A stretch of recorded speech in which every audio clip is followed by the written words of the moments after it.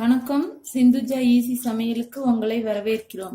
இப்போ நம்ம மீன் குழம்பு செய்ய போறோம். இப்போ அதுக்கு என்னென்ன தேவைன்னு இப்போ உங்களுக்கு சொல்றேன். ஃபர்ஸ்ட் வெந்தயம், தக்காளி, தேங்காய், வெங்காயம், கடுகு, பூண்டு, பச்சை மிளகாய். தேங்காய், வெங்காயம்,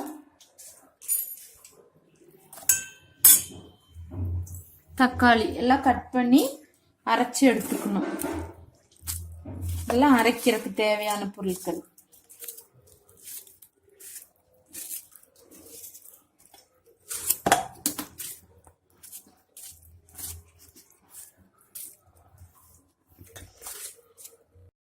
குழம்புக்கு இப்ப நம்ம அரைச்சி வச்சுட்டோம். இனிமே இதை தாளிக்கலாமா? ஆயில் எண்ணெய் ஊத்திருக்கேன். கடுகு போட்டுக்கணும்.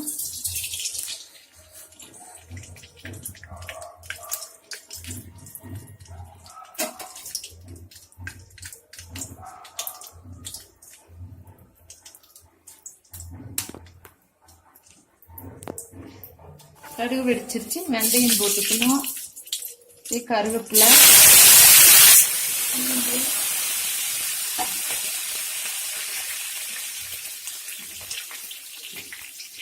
பச்சை மிளகா போட்டுக்கணும்.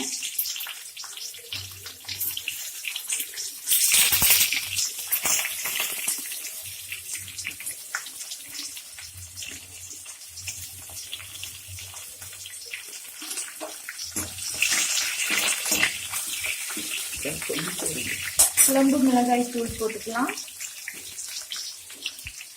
2 ஸ்பூன் போட்டிருக்கேன். இப்ப நம்ம அரைச்சி வச்சிருக்கிற சட்னி போட்டுக்கலாம்.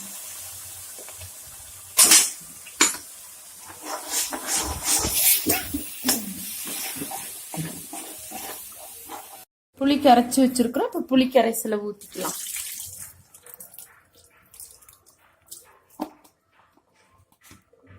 இந்த ஜார் கழுகுன்னு இந்த தண்ணியும் ஊற்றிக்கலாம்.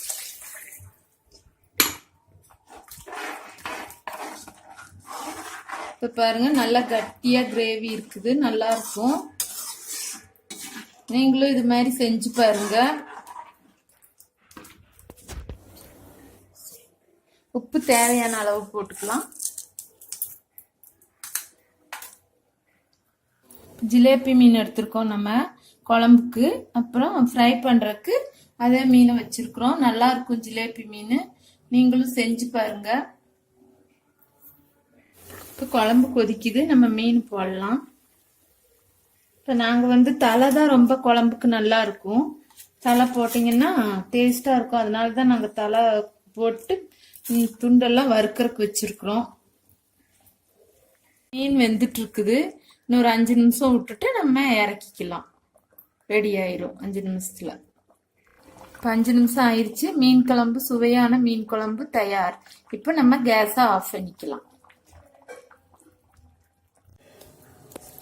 ஏற்கனவே நம்ம மீன் குழம்பு ரெடி பண்ணி வச்சாச்சு. வாங்க இப்ப மீன் வறுக்கலாம். நம்ம இது ஏற்கனவே மசாலா தடவி ரெடியா வச்சிருக்குது. 10 நிமிஷம் வச்சுட்டு இப்ப மீன் வறுக்க போறோம். நம்ம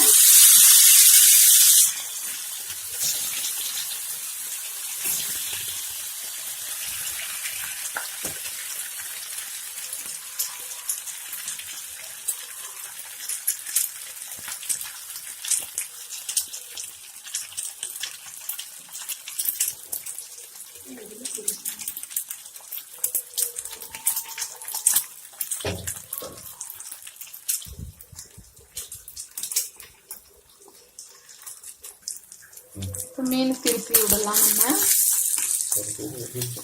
ஒரு சைடு வெந்துருச்சு. இப்போ திருப்பி விட்டுட்டோம்னா இப்போ ஒரு 5 நிமிஷம் ஆகும் நேரத்துக்கு. கொஞ்சம் திருப்பி விட்டுட்டோம்னா நல்லா ஃப்ரை ஆயிடும்.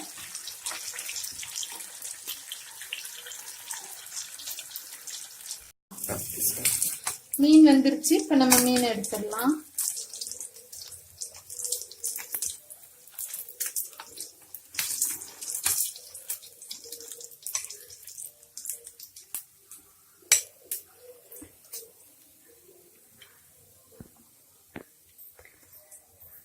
சுவையான மீன் குழம்பு, மீன் வறுவல் தயார்.